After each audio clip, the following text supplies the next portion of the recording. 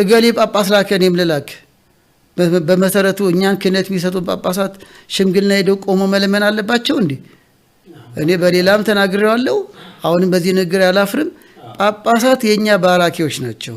እኛን ክህነት የሚሰጡን ዲያቆናትም ይሾሙ ምን ወጣቸው መንደር ሄደው ልጃችሁ ለልጃችን የሚሉት ይቅርታና እኔ አላደርገውም። እኔ በአቅሜ ለጥየቃ አልቆምም። ካቆምኩ 12 ዓመት ሆነኝ። ባይሆን ከሴት ቤተሰብ ጋር ቁጭ ብዬ እታዘባለሁ።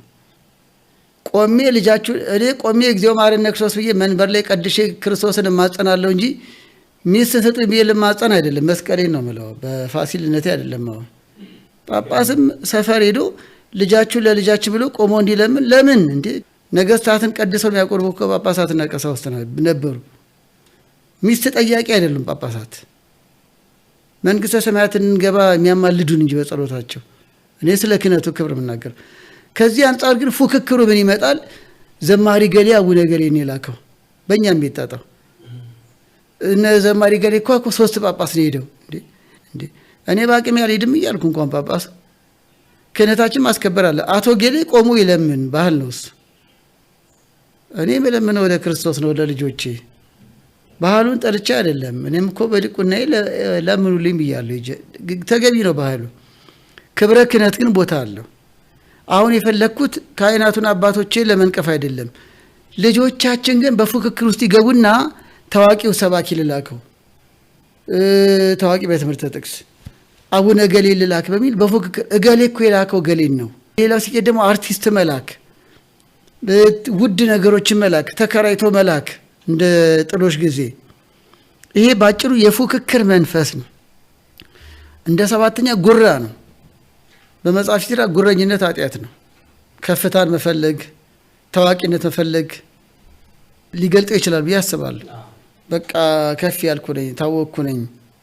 ወሬ መፈለግ፣ በቃ ከሌኮ አርቲስቶችን ላከ፣ ከሌኮ ብፁዓን አባቶችን ሽምግልና ላከ። ይህን የትዕቢት ውዳሴ ከንቱ ነው። ተወድሶን በቃ በኑሮ በህይወት በመሳሰሉ ነገሮች ሳይሆን ታይታን እንደዚህ አይነት ነገሮችን ቅንጡ የሚመስሉ ነገሮችን በማሳየት በመስጠት የመታበይ ውዳሴ መፈለግ፣ ታይታ መፈለግ፣ በዚህ መንገድ ለመማረክ መፈለግ፣ ቤተሰቦቿንም እሷንም ሌላኛውንም ማህበረሰብ አገኘች በቃ አይነት ስሜት። ስለዚህ ያን ስሜት ማለቴ ነው። አያይዘን አሁን ድግሱና የመሳሰለውን አያይዘን ስናይ በጥቅሉ ሽምግልና ዓላማው አንደኛ የአክብሮት መግለጫ ነው። ዘፍጥረት 24 ላይ የማጫ ስጦታም ቢሆን ንሲ ይጼኪ ይላሉ አበው። አዳም ለሔዋን የማጫ ስጦታ አቅርቧል። ያ ወርቅ፣ ዕጣን፣ ከርቤ ኋላ ላይ ሲተረክም በሊቃውንቱ አዳም ከመላእክት ተምሮና መላእክት ሰጥተውት የማጫ ስጦታ አቅርቧል። አሁን ጥሎሽ ወይም የማጫ ስጦታ የመሳሰሉ በጎ ናቸው። ከሽምግልና እስከ ማጫ ስጦታና እስከ ጥሎሽ በጎ ናቸው። ይህም ግን የአክብሮት መግለጫ ናቸው። ቤተሰቡን የማክበር ባህሉን የማክበር እነሱም ደግሞ ልጁን ሙሽራውን አክብረው ሄደው ዝምድናን መፈለግ። ዘፍጥረት 24 ለዚህ ማስረጃ ነው። ይስሐቅ ሽማግሌ ተላከለት አይደለ? ኢያብር ወደ ርብቃ ቤት ስጦታም ሰጥቷል። እንደ ሽማግሌነቱ ጠይቋል። ፈቃድ እግዚአብሔር ሲሆንና ርብቃም ፈቃደኛ ስትሆን ይዘዋት ተመልሰዋል። የሽምግልና ስርዓትን ሃይማኖታዊ ነው፣ በጎ ነው። ሃይማኖታዊ ባህል ነው፣ ዶግማ ነው፣ ቀኖና ነው እያልን አይደለም። በሃይማኖት ውስጥ ያለ በጎ ባህል ነው። የአክብሮት መገለጫ ነው። መመራረቂያም ነው። ምርቃት ማግኛ ነው። ሽማግሌ የመከረበት፣ ሽማግሌ ያዋዋለው፣ ሽማግሌ የመረቀው ነገር መልካም ነው። እድሜ ያረዝማል፣ አጥንትን ያለመልማል እያለ መልካም ነው። ሽምግልና መመራረቂያ መንገድም ይሆናል። የሁለቱም ቤተሰቦች ካህኑንም ዋና አድርገው ይመራረቃሉ፣ እግዚአብሔርን ያመሰግኑበታል። ስለዚህ የአክብሮት መገለጫ፣ መተዋወቂያ፣ ቤተሰብ መዛመጃ፣ ምርቃት ማግኛ በመሆኑ ይበረታታል። ሆኖም ግን ልክ ሊኖረው ይገባል ነው ዋናው ጉዳይ። እውነትን መሰረት ያደረገ ጥቅም የሚጠቅም ነገር ላይ መሰረት ያደረገ። ለምሳሌ በኪራይ ጥሎሽ የመሳሰለው ማድረግ ነገ ለሚመለሰው ይሄ እንደ ክርስትና ውሸት ነው። ጥሩ ሀገራዊ ለእናት ለአባቷ በሀገራችን ባህል የተሰራ ኩታ ቢሰጥ ይመረቅ የለ እንዴ? የግድ ኩታ ከፈረንሳይ መጣ መባል አለበት እንዴ? እነዚህ ጠቃሚ ነገሮች ለእሷም የምትሞሸርበት የምትቆርብበትን ልብስ አብረው ገዝተው የጥሎሽ ጊዜ በክብር ቢልክላት የሚጠቅም ጉዳይ ላይ ነገ ለኑሯቸው የሚያግዛቸው ጉዳይ ላይ ሽማግሌን ማታለል፣ ካህንን ማታለል፣ ማህበረሰብን ማታለል አይሆንም ወይ? በማታለል የተጀመረ ትዳር ይጸናል ወይ? ባላቸው ነገር ላይ ለምን አይመሰረቱም? ማንነት ላይ አቅሜን እግዚአብሔርም ሰውም ያውቃል። አቅሙ ላይ ኑሯቸው ላይ የሁለቱ ፍቅር ላይ እውነት ሴቶቹ ሴግዴህን ፈልገው ነው ወይ? ስለዚህ በልክ በስርዓት የሀገራችን ባህሎችና መንፈሳዊ አውዱን በጠበቀ መልኩ ቢሆን መልካም ነው። እንዲህም እንደሚደረግም ደግሞ አዲስ ተጋቢዎች ሊረዱት ይገባል። ባይፈሩ ባይደነግጡ፣ እንዲሁም ጥሩ ሞዴል ቢሆኑ እውነታን በመያዝ እነከሌ ብዙ ሰው ልከዋልና ብለው በዛ መንገድ ባይሄዱ፣ ሽማግሌ 4 5 6 ቢበዛ 7 በቂ ነው። ስለሱ እንዲያስረዱ ነው። ካህናት ደግሞ ባራኪ ሆነው ጸሎት እንዲያደርጉ ነው። እንደየባህሉ እንደ ብሔር ብሔረሰቦቻችን ድንቅ ባህል እንደየባህሉ መታወቂያ፣ መመራረቂያ፣ ማመስገኛ፣ ህጋዊ እውቅና መስጫ ነው። ከዛ በኋላ የታመሸሽ የትቆየሽም እኮ የለም። ከጋብቻው ቀድሞ ህጋዊ እውቅና መስጫ ነው። ሽማግሌ ገባበት። ግጭት እንኳን ቢኖር ተይ እንጂ ተው እንጂ የሚል ገባበት። ይህ በጣም ጥሩ ጎን ነው። ይህን ደግሞ በልክ በስርዓት ማድረግ ይቻላል። ጥሎሽም ደግሞ በእውነታ ላይ ሁለቱ ተማክረው በገዙት ላይ በአቅማቸው በገዙት ነገር ላይ ተመርኩዘው ቢያደርጉ መልካምነቱና የእውነተኝነት ህይወት ቢሆን በሚለው መንገድ ቢታይ ነው።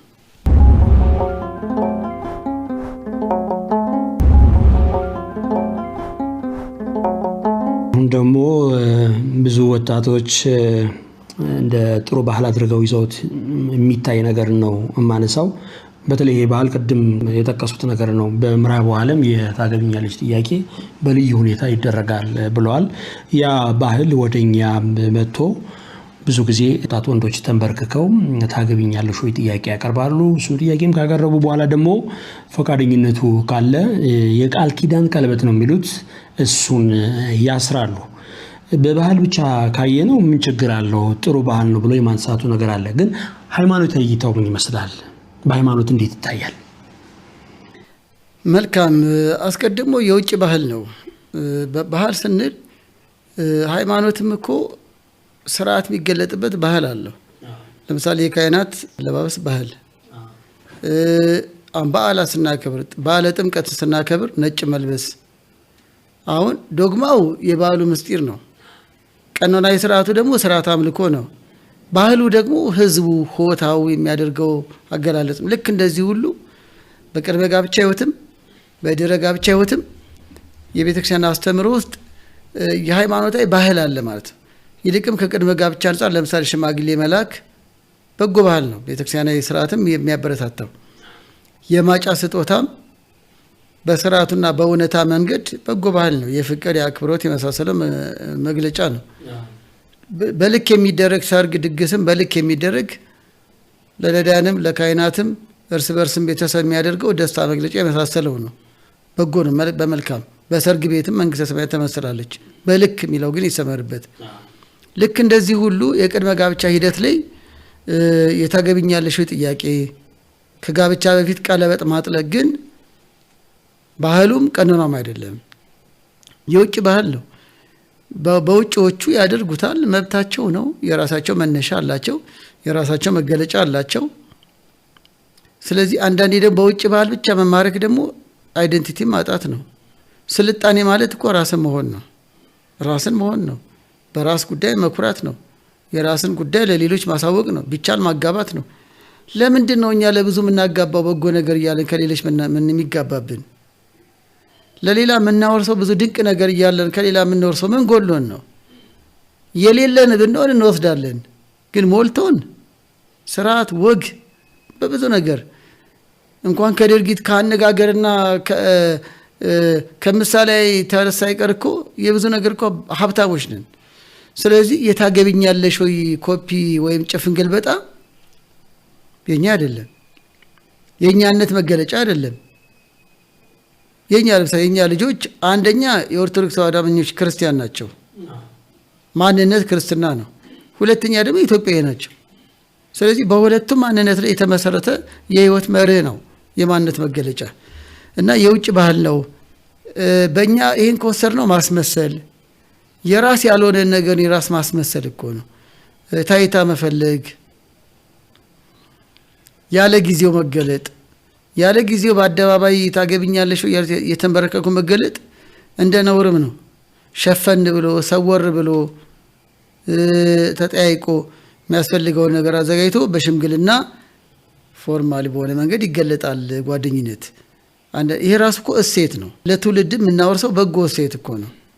ይሉኝታ የሚባል ነውር የሚባል ጉዳይ እኮ አለ። ያ ደግሞ በጎ ነገሮችን መንፈሳዊ ስነ ምግባሮችን የሚያዳብር ነው። ከዚህ አንጻር ስለ ሃይማኖታዊ ቀጥታ ስናይ ቀለበት ተባርኮ የሚጠለቀው አሁን ባለው አገልግሎት በመጽሐፈ ተክሊሉ መመሪያ መሰረት የጋብቻ ዕለት ነው። ቀደም ባለው ስነ ስርዓት ከ2 ዓመት በፊት ቀለበት አጥልቀው ተጫጭተው የሚቆዩበት ዘመን እንደነበር ይነገራል። ቀደም ባለው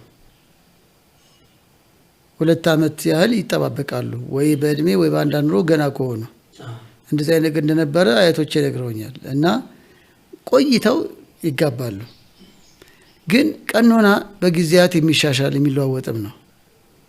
አሁን ባለው ቀኖና ቤተክርስቲያን ግን መጽሐፈ ተክሊል ወይም የቡራኬ ስርዓት ላይ የምናገኘው ቀለበቱ የሚባረከው አንድ ጊዜ ብቻ ነው። እሱም በቤተክርስቲያን ብቻ ነው። ስለዚህ ምን ይዘው ቀኖና በቀኖናም ቢሆን ተቀይረዋል ማለት ነው። ከ2 ዓመት በፊት አስባርካቸው አጥልቁ የሚል እኛም ቄሶች አልታዘዝንም። የተጻፈም ትእዛዝ የለም። የጋብቻ ዕለት ግን ቀለበታቸውን እንዲባረክ ጸሎት አለው። ራስ ጸሎት አለው። ባራኪውም ካህን ነው። ካህኑ ይባርካል፣ እሱ ለሷ እሷ ለሱ ያጠልቃሉ አይደል? ስለዚህ ይሄ መመሪያ ነው እኮ። ቀኖና ማለት እኮ ስርዓት አምልኮ ነው። ስለዚህ ቦታው ይሄ ነው ማለት ነው። ከዚህ ቦታ በፊት በአደባባይ ቁልቢ ገብርኤል፣ ግሸን ማርያም፣ ፒያሳ አደባባይ የታገብኛለሽ መንበርከክ ታይታ ነው። ከቀኖና ውጪ ነው፣ ከስርዓት ውጪ ነው። አንዳንዴ ማስመሰል ነው። ቅድም እንዳልነው ከፍቅር አይነቶች ውስጥ እንዲሁም አንዳንዴ እንደው ስሜታዊነትም ሊሆን ይችላል፣ አፋዊም ሊሆን ይችላል፣ ውዳሴ ከንቱም ሊሆን ይችላል። ገና ለገና እሷን ለማስደሰትም በሚል አንዳንድ ጊዜ እንዲሁም አንድ ጊዜ ምን ሲል ሰማው፣ በታገብኛለሽ ይንበረከክና ከጋብቻ በኋላ ደግሞ በትፈችኛለሽ ያስበረክካታል ይባላል። እያመሸ እየጠጣ እየመጣ ተንበርክካ ትጠብቃለች። እሳት እየሞቀች በብስጭት ሲያንበረክካት ይኖራል። የአደባባይ መንበርከክ አይደለም ጉዳዩ፣ ፍቅር ነው ዋናው፣ መግባባቱ ነው ዋናው። የፍቅር መገለጫ ደግሞ ህይወት ነው፣ ተግባር ነው፣ ተሬው አይደለም። ካሜራ ደቅኖ በ3 አቅጣጫ ምን እንደምትል ይውልኝ አይደለም።